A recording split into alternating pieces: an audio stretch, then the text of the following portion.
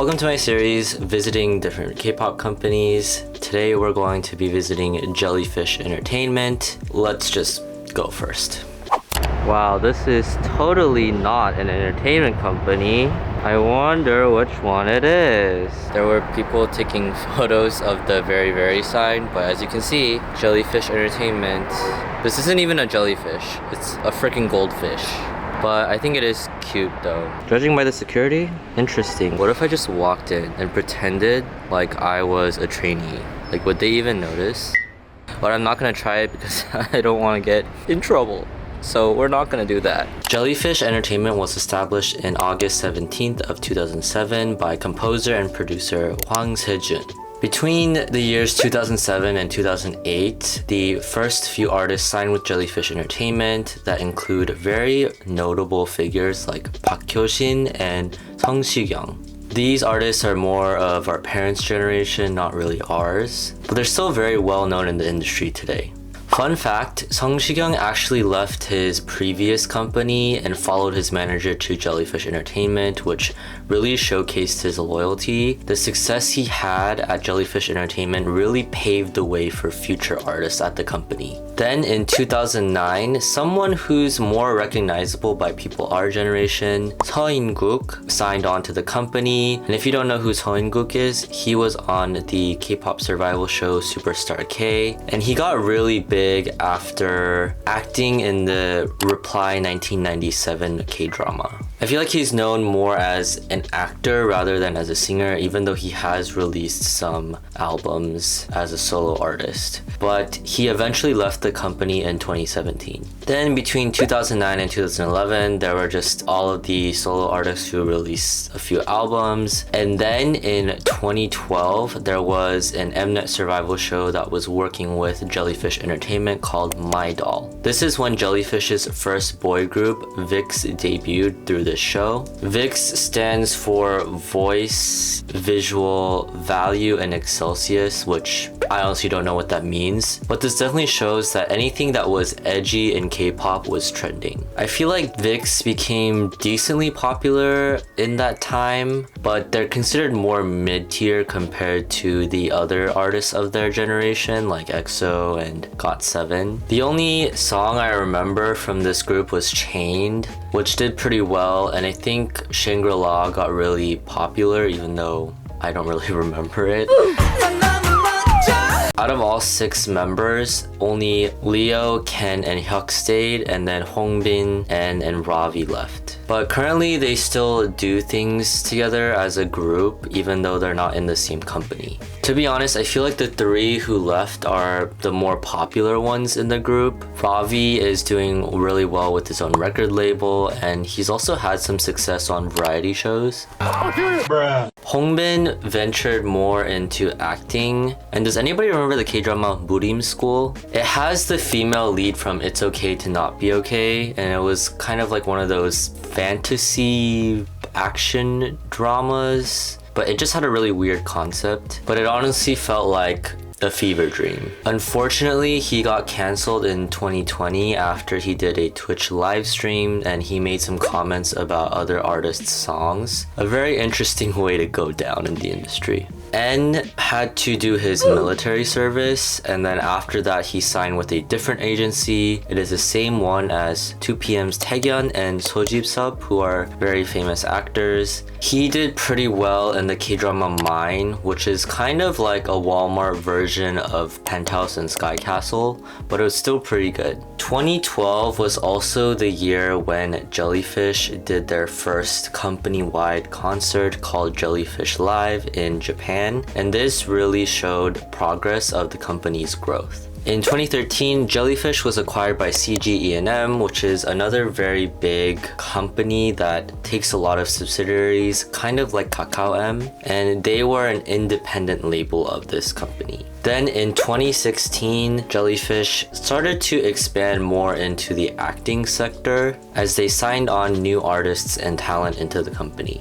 This was also the year that trainees Kim Na-young, Kang Mina, and Kim Se-jung all went on the first Produce 101 series. Kang Mina and Kim Se-jung made it into the final lineup, but unfortunately Kim Na-young did not. And in IOI's initial contract agreement, it stated that if they were ever on hiatus or they were doing subunit activities and the members who weren't involved in those activities were free, they could still do other kinds of promotions with their respective companies. And that's why Kang Mina and Kim Se-jung were still able to debut with Gugudan, even though it was kind of during the time that IOI was still active. I feel like these two trainees in particular really got Jellyfish's name out there and built their reputation. If Si Kyung and Park Hyo-shin were more catered towards the older generation, these two trainees definitely brought in the younger generation, or us. I guess Vixx did too, but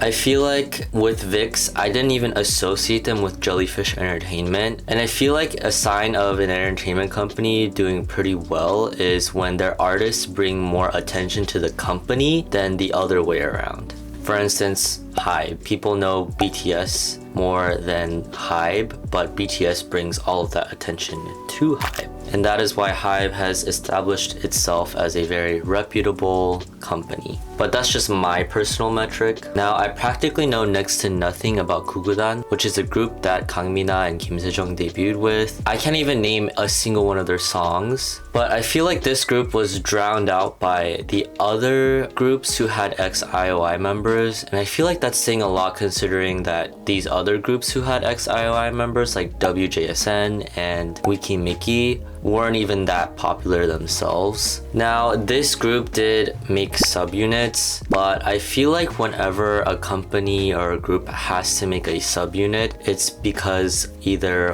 one, they genuinely believe that a certain combination within a group will do really well, and typically that is the case, or two, this subunit is just a last-ditch effort to save the group, but usually it ends up flopping and then the group disbands.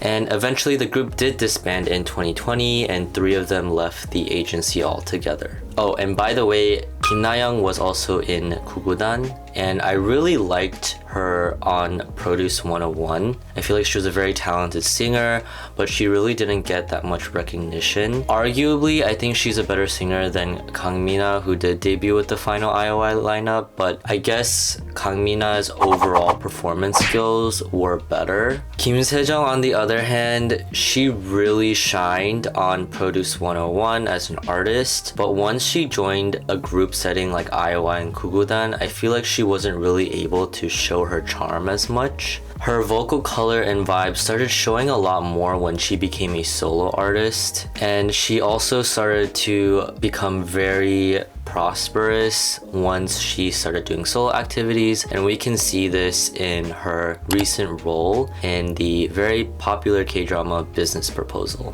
She was also in Uncanny Counter, and her acting was really good, and that was kind of her first big role, and I was really surprised because I didn't expect her to really perform that role very well, but she really pulled it off. Kang Mina really started off her acting career strong when she was in the hit K-drama Hotel de Luna with other very big name cast members, and she was even able to secure a lot of brand deals such as Papa John's, and I remember her face was literally everywhere in Korea. But everyone else that was in Gugudan that weren't these Produce 101 trainees, they kind of just fell off the face of the earth. Now in 2019 is when the next boy group Verivery debuted. I also do not know anything about this group. In this current dry spell of boy group success in the K-pop industry, aside from BTS, I feel like Verivery has been very drowned out by most of their seniors. I've definitely seen their name pop up here and there in the industry, but nothing has really made them stand out. But I'm not saying that they're not talented.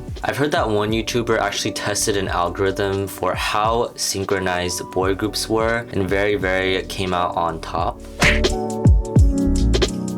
This is pretty impressive considering that this was very shortly after their debut and they had to compete with a lot of other boy groups who are pretty well known to be synchronized in their choreography. It's also said that Verivery does a very good job of being personable at their concerts and they really give their fans a unique experience. Then in 2020, 2AM's Im Surong signs with the company, but also he's not super reputable at this point. He was definitely bigger when he was a member of 2AM. Moving on to some honorable mentions. We have Kim Min-gyu, who was a Produce 101 contestant. And after being on Produce 101, he got into acting and he's been slowly building up his acting portfolio. I feel like he's a kind of mini Chaunu because he's really well known for his looks and he's more focused on acting now. I am your father. No. I think as an idol, he's pretty much halted all of his activities and he's not in a group. So then we have Kim Dayeon, who was a contestant on Girls Planet and made it into the final lineup for Kepler. She really showed her talents throughout the survival show. She was pretty much main character material on that show. And most recently, we have Park Gon-wook, who is a contestant on Boys Planet, which is currently airing right now. He was also in another survival show with Think Entertainment called Wild Idol, but unfortunately he was eliminated in the final episode and he didn't get to debut with Tan. Seeing his performances on Boys Planet so far, he seems like a really promising vocal and overall performer. On Wild Idol, I think he was known more for his vocals, but he's really also proven himself as a very competent dancer as well on Boys Planet. Survival shows have definitely helped Jellyfish Entertainment build a name for themselves, as the trainees they've sent have really proven that they are very talented. And what's very interesting is I feel like Jellyfish Entertainment trainees on these survival shows really follow a common theme of being able to improve. I feel like the older end of these trainees, such as Kang Mina, Kim Se-jung, and Kim Min-gyu, really specialize in a specific trait, such as vocals or acting, while the newer generation of trainees for Jellyfish Entertainment are very well-rounded. I guess this comes to show that Jellyfish has really stepped up in their training regimen, or they just have a very different approach to things now. I wouldn't say Jellyfish is a super well-known company, but even on these survival shows, when they show the Jellyfish logo, all the other trainees kind of give a sense of respect towards these Jellyfish trainees. But yeah, what are your thoughts on Jellyfish Entertainment? And are you voting for Park Gon-wook on Boys Planet? Let me know in the comments down below and I'll see you in the next one.